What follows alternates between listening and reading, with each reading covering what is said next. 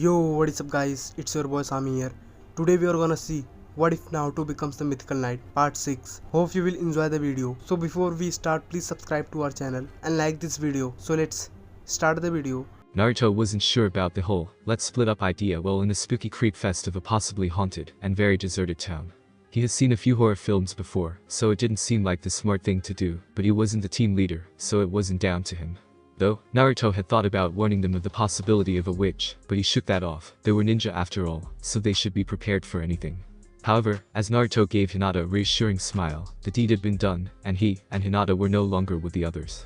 Kurenai had partnered with Shino, while Tsume had gone off with Kuromaru, leaving him with Hinata holding his arm, and terrified.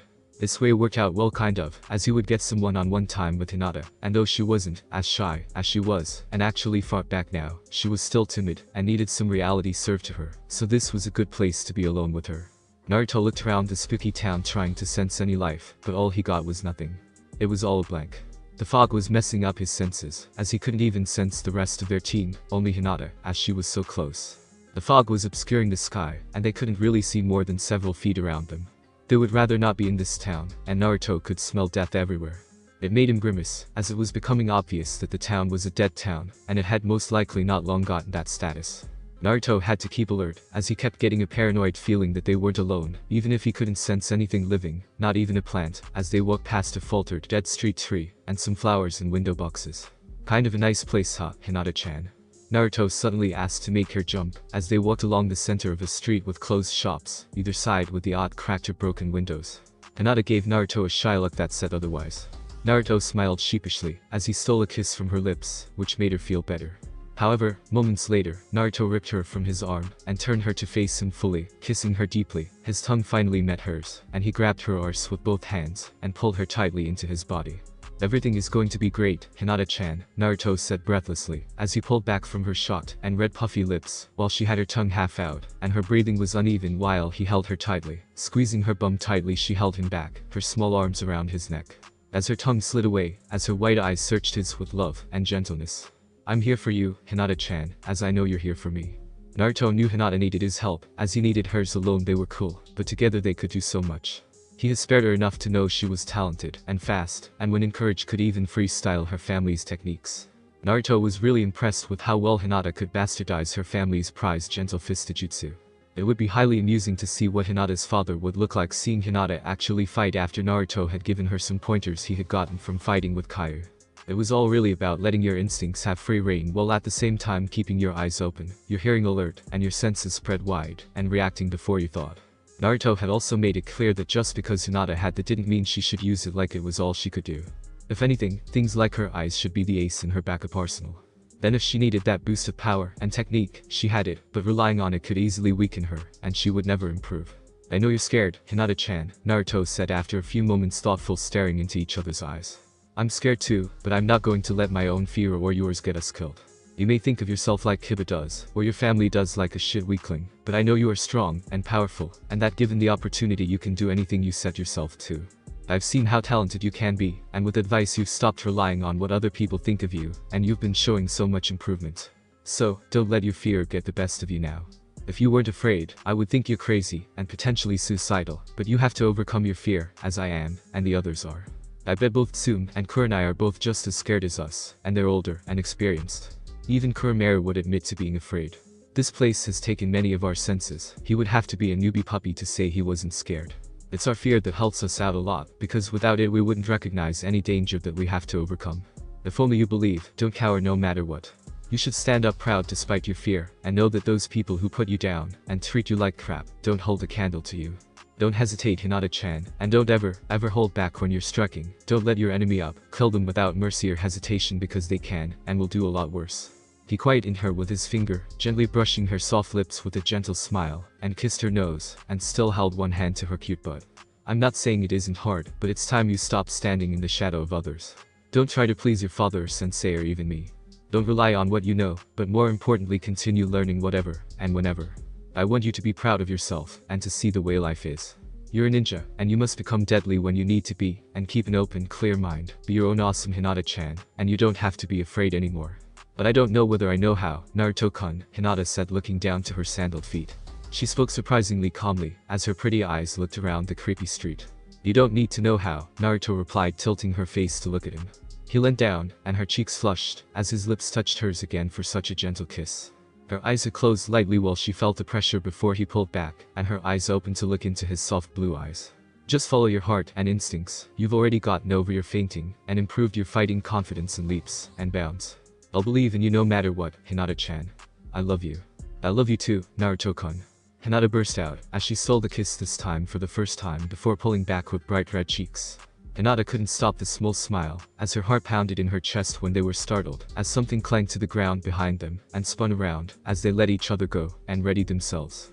They could see a shadowed figure in the darkness of the building, as it slowly moved towards them with a soft groaning and gargled noise. "I think it's a person," Hinata whispered, as she controlled herself better than she had ever thought she could. If it was Naruto who believed in her, she would make him proud, and not cower anymore, no matter how nice it was to hold Naruto like she was before. It helped that both Tenten and Ino were always so nice to her too. She actually had friends who loved her, and she loved in return, and they had Naruto-kun to look after them. "Hello," she called out, as she made to move forward.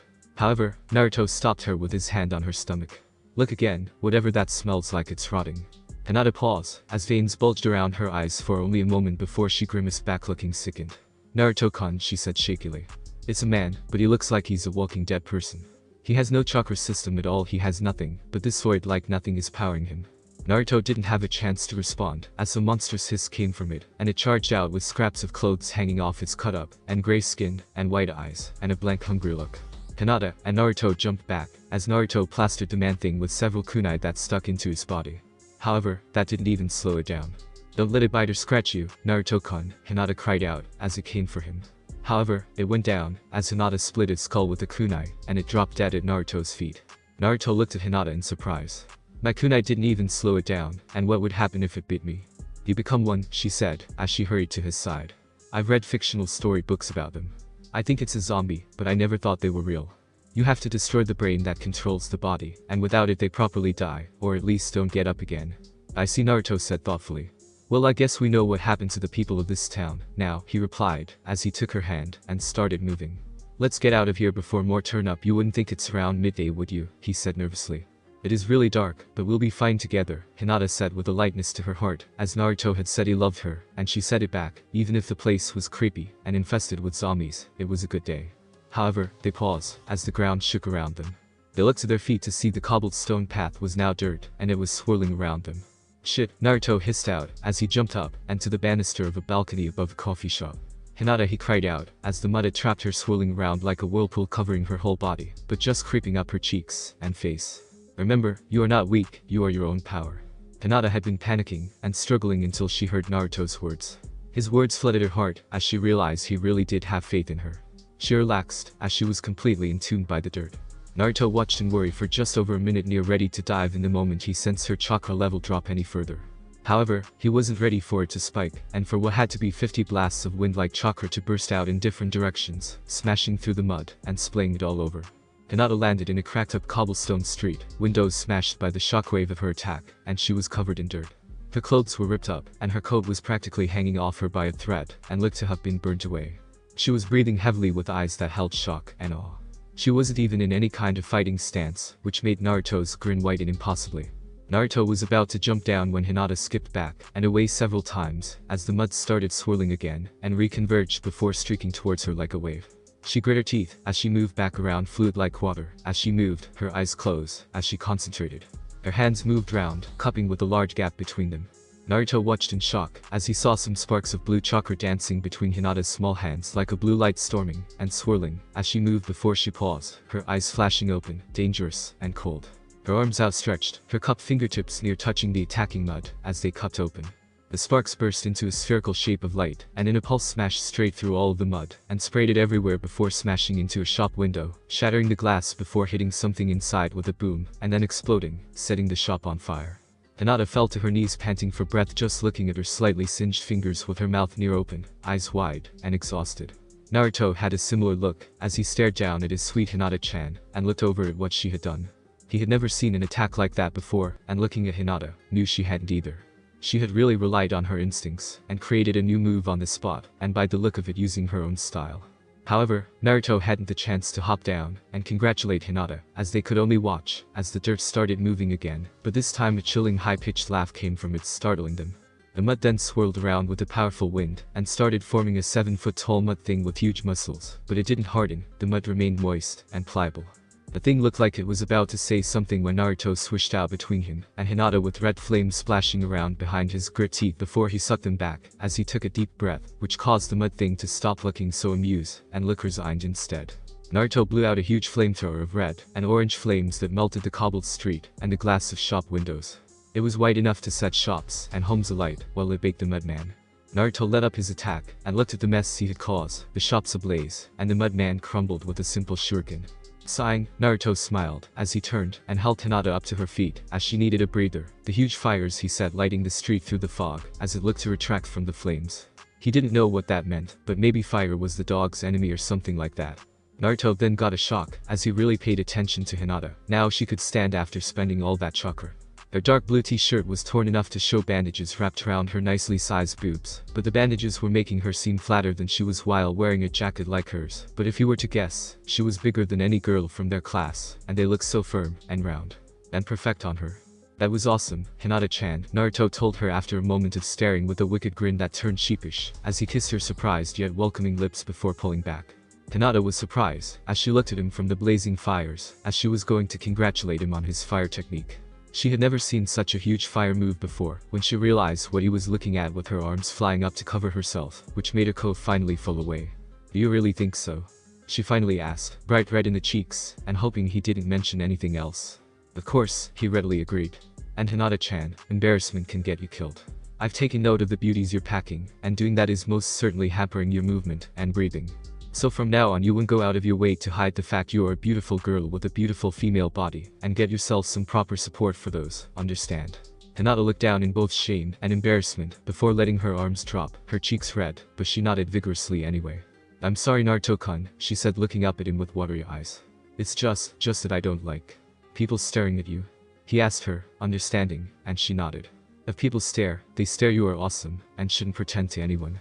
You can just ignore the rude jerks," he said, pulling her into his arms, before leaping them both onto a roof the other side of the fires with a quick, "Let's go, and see whether we can find you a new coat or something, shall we? Hopefully some clothes your size too." Hinata nodded with a smile, as Naruto held her hand, and tried to ignore the zombies pouring out of burning buildings. They hopped from rooftop to rooftop until they landed on a terrace of a large and regal-looking house quite away from the fire, he said. The window door led into a large bedroom, and Hinata was surprised that Naruto didn't break the window, but picked the lock with a little kid he pulled from his pouch before placing it away and grinning at her. "After humility," Naruto said with a smirk, and he held the door open for her. Hinata couldn't help but blush as she entered the large bedroom. Naruto followed, and looking around it was obvious the room had belonged to a young woman. However, they hadn't a moment to look around when both Naruto and Hinata almost jumped back out of the window, as a girl not taller than Hinata with short messy brown over her ears and down to her neck startled them. She had silvery eyes, and was wearing a light blue kimono with bare feet, and a large darker blue sash around her waist tied in a large elegant bow behind her, and a blue headband on top of her head. She was up close, her face and theirs glaring at them each in turn, with Hinata hiding behind Naruto, rightfully freaked out. "Oh great," the kimono-wearing girl said in anger. "I can't even die properly, and now a couple of idiots are breaking into my room to rob me," she said angrily, as she went and swept at Naruto to slap him, only for her hand to pass through him.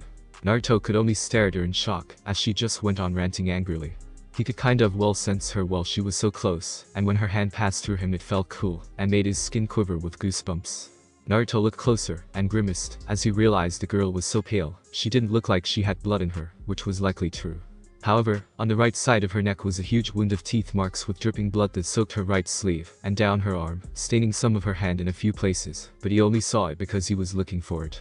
Naruto knew what this could be, but didn't know how to help her. "I'm so sorry," Naruto suddenly said, which caused the girl to stop yelling at him, and really look at him for a moment before looking away. He looked over to a built-in closet up against one wall, as he could see blood leaking from under the door, and she grimaced, as she and Hinata just watched him walk over and pull the door open. The closet was just a place that stored some games and old toys, but it was her lifeless body lying bloodied on the floor that took Naruto's attention, and he looked back at the girl while she looked away. He really noticed now that she didn't have the kind of substance that a human would, and it made him feel sick, as he crouched down. However, both the girl and Hinata screeched as the body suddenly moved and launched at Naruto, but he just moved his left hand in the way, and the girl's body bit in, but with his chakra, her teeth weren't strong enough to do more than pierce his skin, drawing blood. She was hissing, and her eyes were pure white with bloodshot red. Naruto looked back to see how terrified Hinata looked, but looking at the girl she couldn't look away, her eyes large and bubbling with tears that he knew she couldn't shed anymore. "You shouldn't watch this," Naruto said softly. However, she couldn't look away, but Hinata surprised him as she moved in the way, tears flowing from her eyes. Naruto turned back to the girl's body, and in one swift movement, snapped her delicate neck. He could practically feel the twin flinches from behind, as the huge crack reverberated around the room before all was silent. He picked up the body gently, and he moved her onto the bed, and carefully wrapped her in a sheet. "Thank you," the girl whispered quietly, as he looked at her. "I was bitten by the window," she said shakily. "It didn't have much of a grip, and fell off the balcony.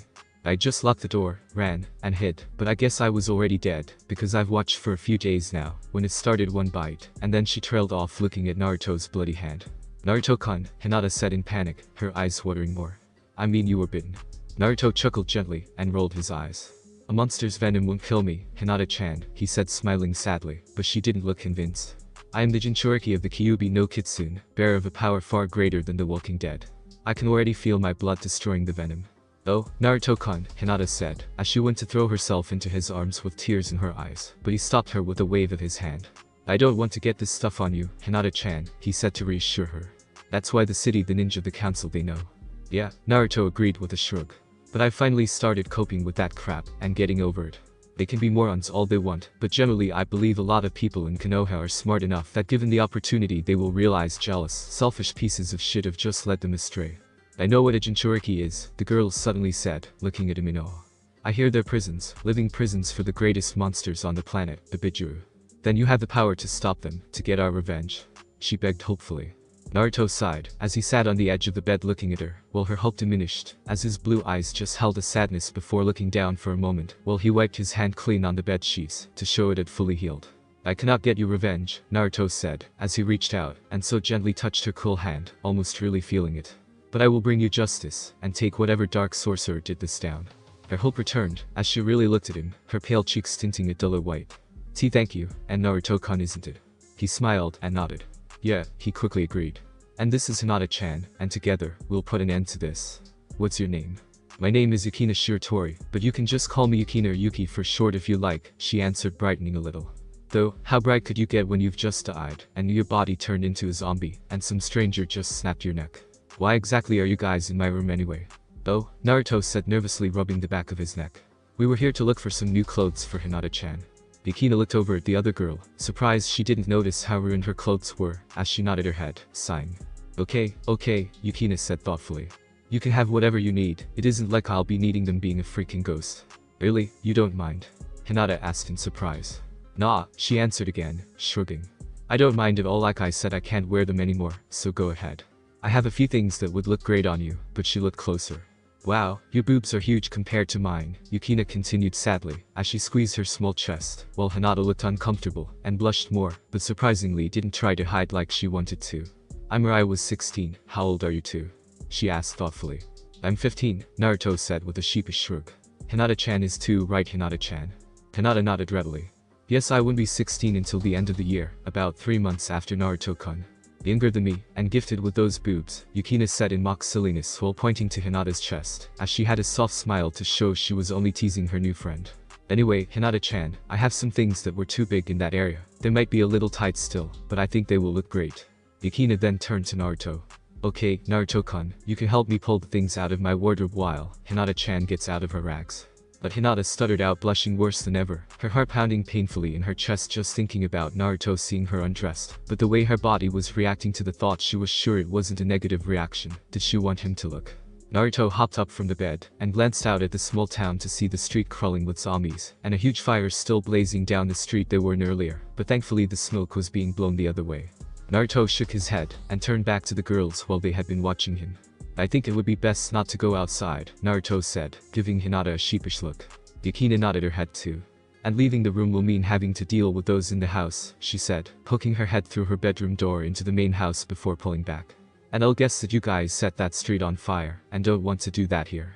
"She has a point, Hinata-chan," Naruto agreed, rolling his eyes at his girlfriend. I told you to quit being too embarrassed. It could get you hurt. I'm not going to just stare at you no matter how amazingly sexy you are. Maybe a little, he said with a crafty smirk, while Yukina giggled a little, as she seemed easily distracted, which was good to get her mind off her death. Do you want me to turn into Narumi-chan to make you feel more comfortable?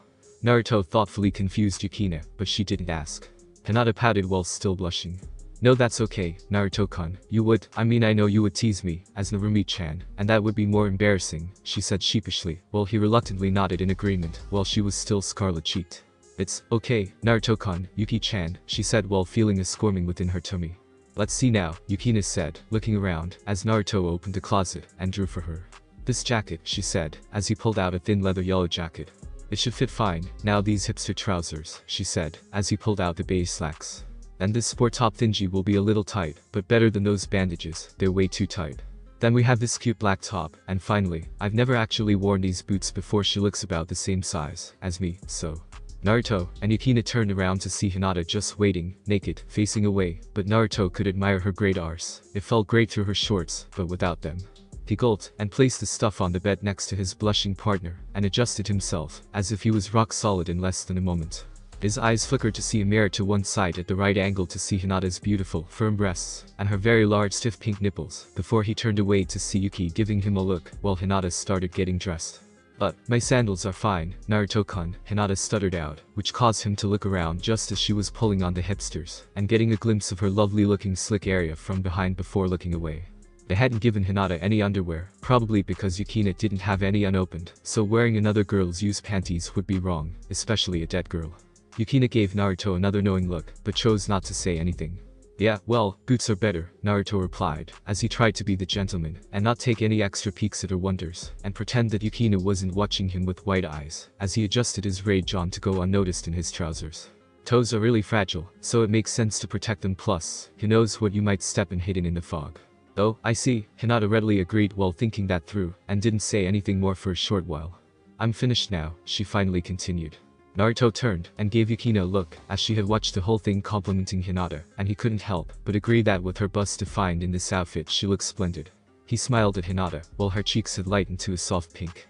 The clothes hugged her perfectly, and made him smile, as she looked down at her prominent chest, and fidgeted with her fingers. Now that's the Hinata-chan I want to see more often, Naruto said, grinning at her softly. The strong and awesome Hinata-chan who won't let other people stop her from being who she can be. Thank you, Naruto-kun, she said with a sweet smile. You've been so kind to me even though when I thought you didn't know I was. It's fine, Hinata-chan, he said smiling. I am yours now, beautiful dot. She's your stalker. Yukina suddenly interrupted, looking both amused and with hearts in her eyes, as she realized what went unsaid. That's kind of sweet in a weird kind of way. If it were the other way around it would be creepy. And why haven't I passed over to the other side yet? Naruto looked at her with Hinata, shrugging. I don't know, he said, looking thoughtful. Maybe you have unfinished stuff to do or something, or maybe you can't rest without your murders being brought to justice or at least killed. Damn, Yukina said, pumping her right fist into her left palm. What the hell am I going to do until then? I can't even touch anything. It's going to be highly annoying. You know that a soul bound to the earth like this is made up of kinetic energy, right? Naruto asked while she shook her head and looked confused, and Hinata looked just as confused. Naruto sighed while rolling his eyes, but then he had an ancient being to chat with at night for a month or more each night. It had actually come up once when talking about demonic energies and spiritual energies and the differences, and Naruto had a pretty good memory. It means you're made up of psychic energy, which with some practice, will allow you to do things like I don't know the particulars, but it should allow you to touch things, turn invisible, all of the normal ghostly pros I guess. Oh, well, thanks for the heads up, Yukina said, smiling softly. Naruto-kun, Hinata-chan, after well, I'll be gone, so can you both get my body, and give me a proper burial please? Yes, of course, Naruto agreed with a sad smile while Hinata nodded her agreement. We'll give you a lovely send-off. I know all of my family is dead, Yukina said sadly. But just you and Hinata-chan being there for me in the end would be amazing, thank you. You're welcome, Hinata said, trying not to start crying. We'll make sure to do our best for you. I know you will, she said with a smirk. Though, if you do die, you can come haunt my house with me if you want. We'll try better than that, Naruto said, as he opened the door to the balcony, and stepped out with Hinata before looking back. Rest in peace, Akina Shiratori-chan. He finished closing the door behind them to look down at the zombies, and groaned. Looks like we'll have to get past them first, Hinata said, as she took one last glance at Yukina to see her waving sadly before looking back at the zombies with a tired sigh. Naruto and Hinata had jumped up across a couple roofs away from the zombie infestation, with the odd one trying to jump up to get them. They didn't really pay that much care about them, as they were easily shoved down if they got up, and broke their legs with the fall, so they couldn't try again. Well, they could try, they just wouldn't get far. They watched out, and looked toward the large temple in the distance when they came to a stop, as they came across some girly-looking man, taller than Naruto, of about 17, sitting on a chimney. Though, to be honest, Naruto thought he was a girl before taking a better look and a sniff of the air to determine that he was a guy. The girly guy was just sitting with a slouch, looking mildly bored while he was smoking what Naruto knew was obviously some silver dust from the sweet scent and the cool look in his golden eyes.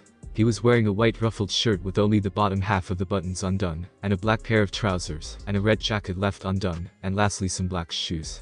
His short ruffled hair was a brilliant red, like the color of blood, and it both worked and clashed with his brilliantly pale skin color. His fingernails were sharper than one would expect from a man, and, as he looked at them, his brilliantly red lips curved up into a smile, showing fanged teeth. "Oh, great, a vampire," Naruto said in frustration, as they came to a stop, and he couldn't hear a heartbeat, and the man smelled dead yet wasn't rotting like the zombies, so Naruto put that together.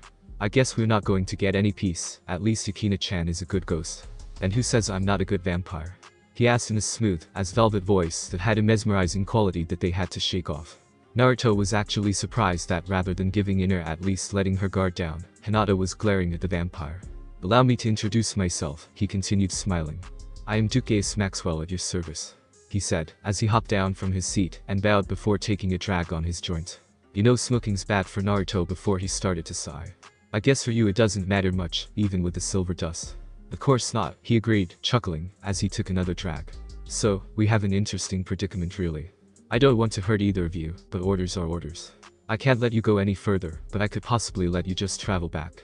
I don't really want to capture either of you. I don't know what sick twisted crap runs through my mistress's mind, so I can't guarantee she won't torture and kill you in the end, just for her own personal pleasure. I'm a blood-drinking monster, and I think some of the things she does are gross, like what she's done to this town," he said, lazily gesturing to the street around them, as they could hear the dopey sounds from the zombies. "But, if you want to go on, I shall not offer you this chance to flee again." "Sorry man, but no matter what we choose we'll be going on," Naruto replied with a shrug. "Not only shall I bring justice to these people, but she won't let us leave, and we'll end up fighting anyway." He nodded his head in agreement, as he flicked his joint away over the roof, where it would land amongst the zombies. "I guess it's best to do things sooner rather than later," he said, as he flittered straight at Naruto. Naruto jumped and skidded back as he landed, and curved round in a skid with his momentum, while Hinata jumped out of the way and watched. "Hinata-chan, this is my fight," Naruto warned her when she dodged a kick to the head, as a black skeletal masked woman turned up carrying a huge black bone-like scythe with a large blade. The large spine-like handle and pole was sectioned and bent and moved as she swung it. Hinata dodged back again, and nearly got speared, as the scythe head blade switched out, and went straight before she pulled it back, it switched back to normal. The weapon was nearly larger than the woman wielding it was. "Who are you?" Hinata asked, as she dodged right and left to avoid being sliced in two, which looked like a possibility, as the scythe melted through a chimney, slicing it in two. She realized the woman wasn't going to speak, as she moved back, dancing around the attacking blade, only glancing at Naruto, as he fought with the vampire.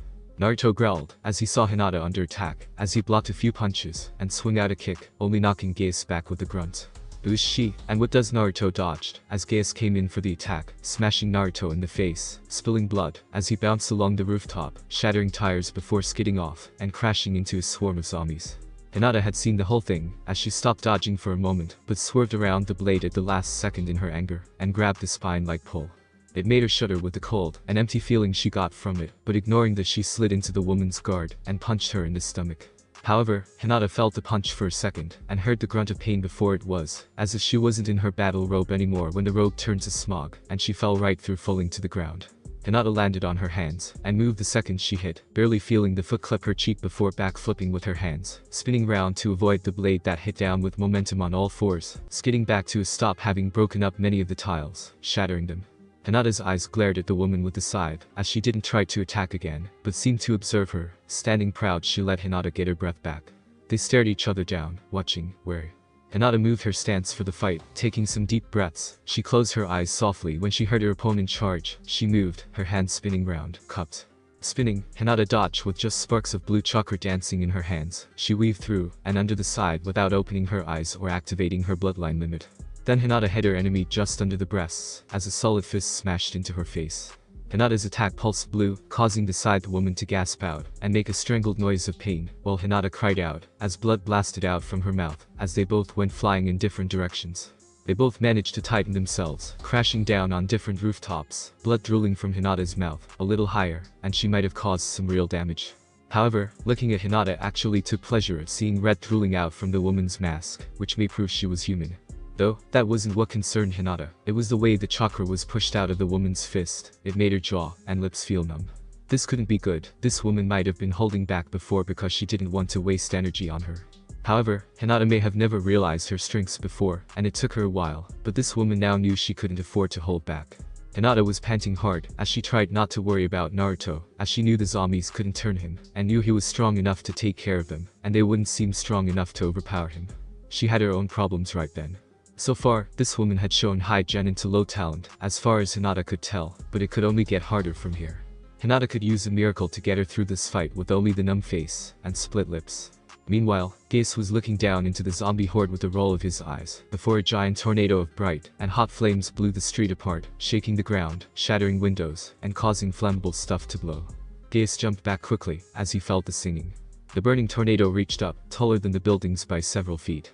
The zombie menace was screaming and roaring as they spun around in the flames. Gase could see the walking dead as they were turned to dust, his golden eyes open wide in shock and horror as he realized he had really underestimated this kid's power and didn't like going up against a fire user. It took a few moments for the fire to splash away, and Naruto jumped through the dying embers, singed, and was covered in blood from the zombies. His crystal blue eyes were cold and dangerous as he landed on the roof with a crash, leaving the street behind him in flames as a backdrop, as if the very will of fire stood to his beck and called as he spat out a glob of blood. Ready for round 2, the blonde genin demanded, as he shook off his pain, trying to stay standing. He growled out in anger, his eyes with a red hue that could even start scaring the immaculate ancient vampire. "You're a pretty strong kid, but I have years of experience on you," he retorted as he regained his composure. Hinata was relieved to see Naruto getting out of his trouble relatively unscathed, but wondered whether this town would be standing by the time he was finished with it. She could see her opponent glance over that way, and took the opportunity to strike, shooting across the roof, tearing up ties. Hinata jumped and weaved onto the side the woman's roof. Just as she looked back, they moved into each other, dodging and weaving around each other, trying to hit the other. Hinata pulled out a kunai to block the scythe blade, but it sunk into her knife, but that was enough for Hinata to let go and move in. The scythe went flying out of the woman's hand as Hinata hit her hand with a chakra strike, causing it to go numb. The woman looked over as her scythe spun through the air and crashed its blade straight into the roof, holding it in place. This left her open, and she barely dodged Hinata's right kick to her face. However, the masked woman blocked with her arm, and a grunt before she moved with a familiar strike, but Hinata flipped back, curving her body at an impossible angle, her foot then connecting with the side the woman's chin, cracking her mask. She flipped back onto her feet, skidding back, as the mask cracked into two, and fell off in 2 pieces.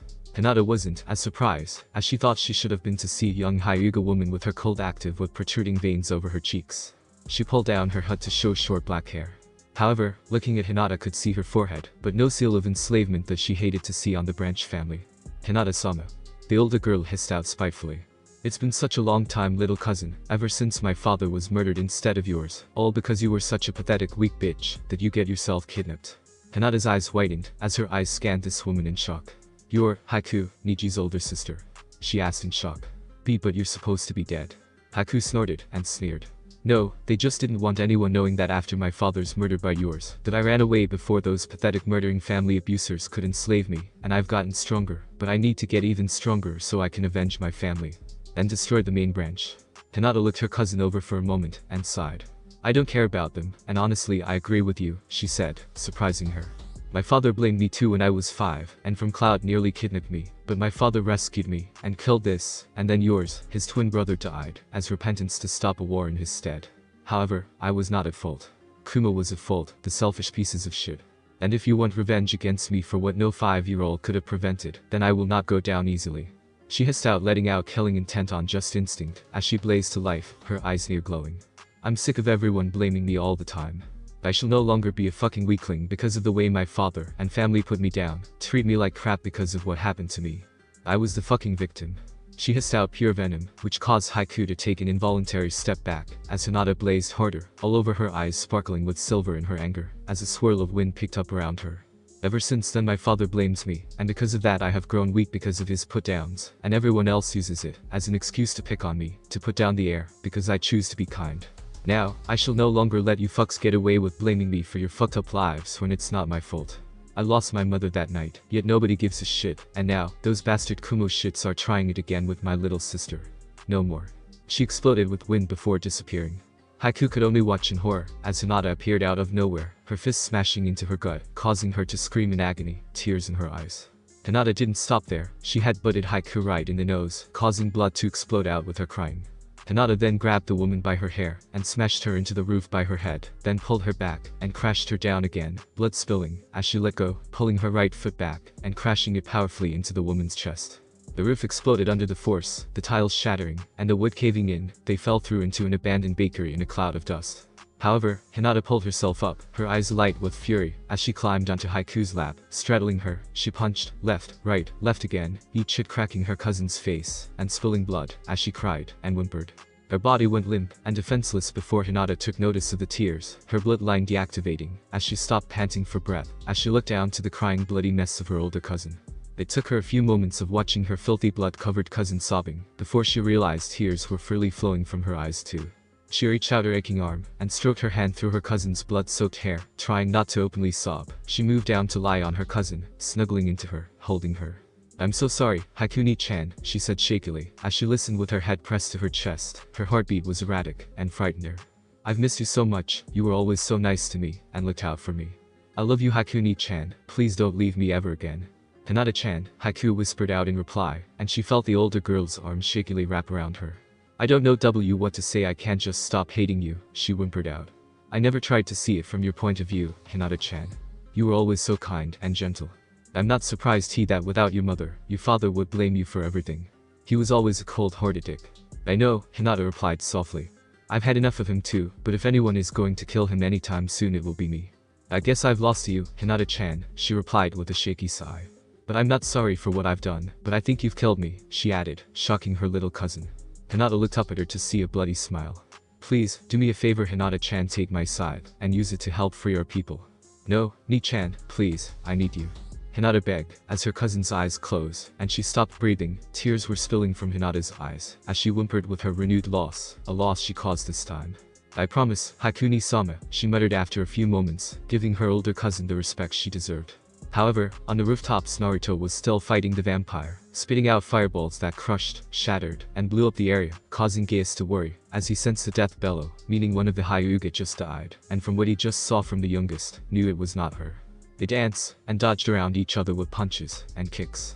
The vampire was trying to flitter around the ninja, but Naruto sensed him every time. They hit with blows, and strikes, and both just seemed to be healing with each new injury they inflicted on each other. "What the hell are you made of, kid?"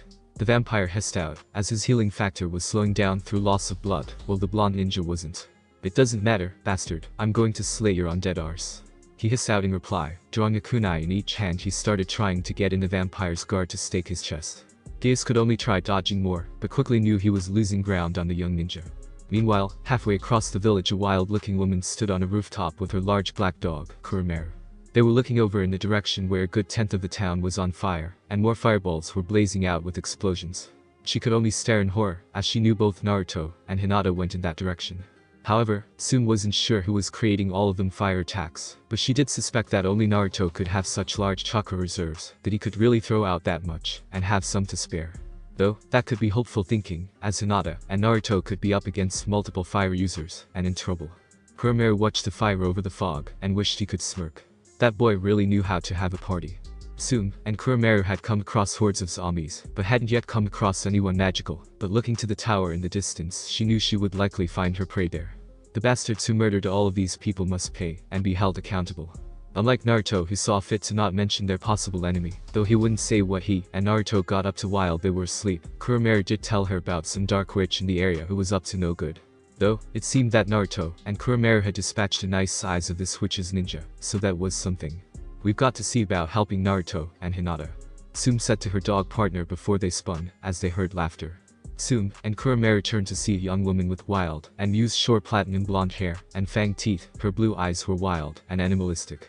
Sum was surprised to see her firm and strong-looking body naked, with breasts at just a few hands each, and some soft-looking blonde hair between her legs.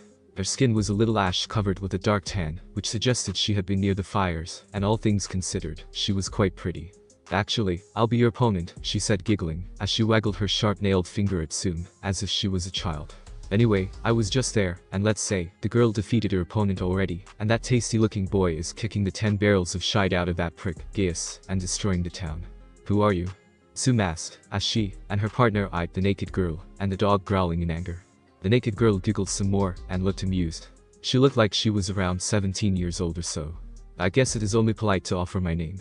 I am Gabrielle Sonar, but people call me Gabby for short, and unfortunately my mistress has ordered your capture, because you look kind of tasty yourself though. Maybe I'll have a little fun with you, before I hand you over. I will tear you apart, abomination." Kuramaru growled out to the naked girl's surprise, as she stared at him in curiosity. "Your dog talks," Gabby commented with a baffled frown. "Anyway, where was I? Oh yes, beat you up, and maybe play with you some before handing you over to the boss lady." Sum growled, as she glared. "Beat me, and I might just let you do what the fuck you want with me, but why the hell are you naked?" "Saves ruining all of my cute clothes," Gabby replied, confusing her. "I'm a werewolf," she added on seeing Sum's confusion. "You got it right." Gabby had expected to see fear, but not a look of excitement and curiosity. "Wow, that's pretty cool," Sum couldn't help but say this while ignoring her partner's snort of disagreement. "So, you can turn into a huge monstrous wolf, huh?" she finished excitedly. "Well, yeah," Gabby replied sheepishly, rubbing the back of her neck. "Wow, this has never happened to me before. I normally get a less than enthusiastic reaction, like screaming and begging me not to eat them, like most of them are worth eating, and I prefer cooked meat, and humans taste better without sinking your teeth into them. But then in my transformed state my instincts kick in, and I might accidentally eat someone. So, how do I avoid becoming a werewolf?" Sum asked, as they prepared themselves for a fight. "Just don't get bitten while I'm in my full form," she answered, shrugging her shoulders. "Okay then, dog lady, let's go at this," she hissed out, as her eyes burned silver like the moon while she growled fiercely, her eyes then shifting to a slanted yellow. Sum and her dog partner took some concerned and fascinated steps back, as they heard bones snapping and crunching, as the girl's body burst and reformed. She was roaring out in absolute agony beyond anything Sum had ever seen before. The naked girl burst with platinum white fur tearing out of her flesh and skin, her mouth and nose reforming with huge drooling teeth. The creature growled up wolf-like, but standing on his hind legs like a human with huge clawed arms and muscles to put muscles to shame. Gabby in wolf form roared up into a howl, her yellow eyes full of rage. Sum was both awed by the creature and rightfully freaked out, as she had to fight it without being bitten, because no matter how cool werewolves were, she didn't want to be one, and the bite would probably hurt a lot. And that transformation didn't look like peaches. Sum and her partner dodged to the right and left, dodging the growling monster as it leaped at them and crashed down where they stood. Sum's partner was quick to take his chance, as the huge black and white dog leapt forward, its teeth cutting into the werewolf's bicep, drawing blood only to whine in pain, as huge claws sliced down its side, and it was thrown crashing into unconsciousness as it hit a chimney. "Shit, you'll pay for that, bitch," Sum cried out, as she charged with a quick hand seal. She jumped forward, spinning in a spiraling cutting tornado, her fingernails growing out like claws. The monster snarled at Sum as it took her whole attack, blood splaying, but Sum was caught to a stop. The monster's clawed hand slicing through flesh caused the woman to cry out in pain. However, she paused and stiffened as the wolf's muzzle was in her face, glaring at her and growling. This did not look good for her, as she watched the wounds she and her dog partner had inflicted on her before her eyes.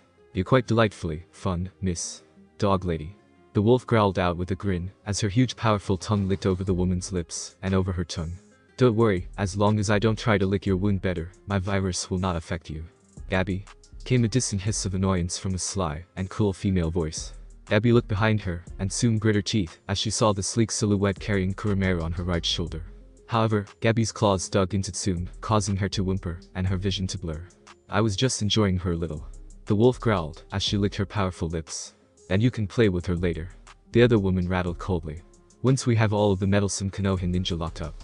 "Okay," the werewolf growled, as she slammed Sum face first into the roof, and Sum lost the fight to stay conscious.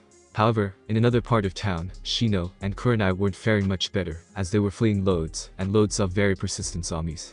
They could have escaped to the rooftops if they hadn't foolishly run out into a playfield and gotten themselves surrounded. Shino suddenly went down while Kurenai dodged a strike to her face. She only glanced at her student where he lay still before looking up to the new aggressor. Kurenai was surprised to see a bored-looking girl no older than her students, maybe a year younger. Her silky black hair was tied back out of her eyes with a blue hairband, and hanging down to her butt, tied by her waist with a blue ribbon. She was wearing a short-sleeved blue top over her small chest of blue silk cut high enough to show off her toned tummy, and baggy blue silk trousers with some blue flat shoes. However, it was her eyes that shocked the Kurenai most. They looked like only it was an odd color, a brilliant white color with the white black, and her pupils were black, with 3 black tomo on each corner of her pupils. Kurenai could only stare at the girl in awe, unable to understand what was going on with the zombies, but this just blew her mind. "You're an Uchiha." Kurenai couldn't help but blurted out in shock. "I think right." The Uchiha rolled her amazing eyes. "Well, let's give you a round of applause. My name was Onsuki Uchiha, but my father didn't want me to order my death for being a little crybaby, and even ordered my own big brother to take me away and kill me, but, as you can see, he wouldn't. He left me with this elderly retired Kunoichi in a small mountain village. She was once a member of that clan too," she hissed out venomously. She had never activated but when I activated this bastardized, mutated version, she was so proud. I felt a little pissed that I couldn't steal people's techniques, but she was so happy that I couldn't. She said it would mean I'll have an appreciation for hard work. It has some pretty neat tricks to it anyway, so I'm okay with that. I learned so much more this way. Though, my grandma passed away a year ago, and my mistress found me, and offered me this job, she said, sounding smug. I hear my big brother actually went and slaughtered the clan since I last saw him. He had told me I would probably never see him again. I'm embarrassed to say I cried for him, for mommy I mean mother, she said slowly to the end, and quickly corrected. Itachi said that he had some big arse orders from someone or something, but I guess that doesn't matter. I'm here to capture you, and bug boy. Though, it might have been fun testing my fire techniques against darling, Naruto-kun, she said, looking over to where she could see smoke rising up from the distance, looking melancholy, as she nibbled her lower lip in frustration. But that douche guess won rock paper scissors, she spat out in annoyance. If that bastard hurts Naruto-kun he will have me to deal with, but Gaius doesn't play with fire. Naruto-kun is going to slay him, she said with a dreamy smile. Wait, you're Itachi Uchiha's younger sister? Kurenai asked in shock. And you know her new, Naruto? She asked, confused. The Uchiha girl grinned and rolled her eyes, which was odd, as Kurenai had never seen an Uchiha smile, let alone grin, and if she had, she knew it would have been sadistic, but Suki's smile is nice, and sweet even. Yep, I'm just 11 months younger than my whiny brother, Sasuke, she answered, rolling her eyes. Why father wanted rid of me, and kept him I'll never know, but maybe because I'm a girl. As for my darling, Naruto-kun, so cute, only got cuter, or should I say, hotter. She asked with upon while laughing, as they would still hear the explosions in the distance, as fire flared up, and shifted the fog on burning shockwaves. Kurenai just nodded, feeling sorry for the girl. Yeah, the Uchiha clan has never been known as a clan of gentlemen, she agreed cautiously. And yeah, I can see what you and Hinata, and well any girl could see in Naruto, power and looks, and he's kind of funny, and ridiculously sweet. Suki giggled with a sigh. Yeah I know, right, so Naruto hasn't changed much, well the power is new, she said shrugging sweetly. Anyway, can you tell me, what is Sasuke doing now? He was always such a whiny, crybaby, a bit too much. Oh, well, he's become a bit of a self-centered jerk-off, Kurenai replied nervously. He's kind of into the whole vengeance kick right now, and I don't think he'll stop until he's dead or Itachi is, but even if he kills Itachi, what will he have left? He'll just have a whole village of ninja who will despise him by then, and even the civilians will eventually see how much of an arrogant jerk he is, taking, and never even thanking anyone. So now he's an arrogant dipshit, Suki said laughing, and shaking her head sadly. There's a part of me that hoped he would have grown up, and realized the world and existence didn't revolve around being a twat. If the dick gets in my way, I won't hesitate in kicking his arse. I'm sorry to say that I have to capture you now, Sensei-san, she said with a smile. I just wish I could have been a part of your village, and had a nice sensei like you, and a happy life with my mother, and brothers, and dad just died. Ani would have made a brilliant head of the clan. He may have been cool, and aloft, but he was always very kind, and caring. Then I could have had Naruto-kun, and let him use me for whatever he could need. Okay, Kurenai said, slightly concerned with the strange girl. I guess this is where I found out about you, she asked, as she moved into her fighting stance. Or lose to it, right now, Suki replied with a sad smile. I'm sorry, Sensei-san, my eyes allow me to do this, she said, as tails of matte white flames burst out of nowhere around Kurenai, grabbing her wrists and ankles like shackles. However, the flames were cold, she could tell they would still burn by the way they felt, but they weren't burning her, just holding her in place, trapped. She struggled a little against the flames, but they only tightened, near crushing her wrists and ankles, and seeming to seep her strength away the longer she struggled. Suki, what the hell's going on? Kurenai demanded while the girl just held out a right-hand palm.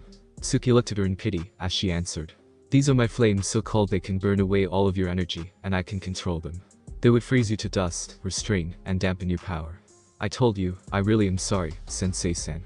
However, I have my orders to capture you," she said, as the red-eyed woman finally lost the fight to stay conscious and hung limply within Tsukiuchiha's flames. That's it for today guys. I hope you enjoyed my video and see you in the next part of this video. Till then, sayonara.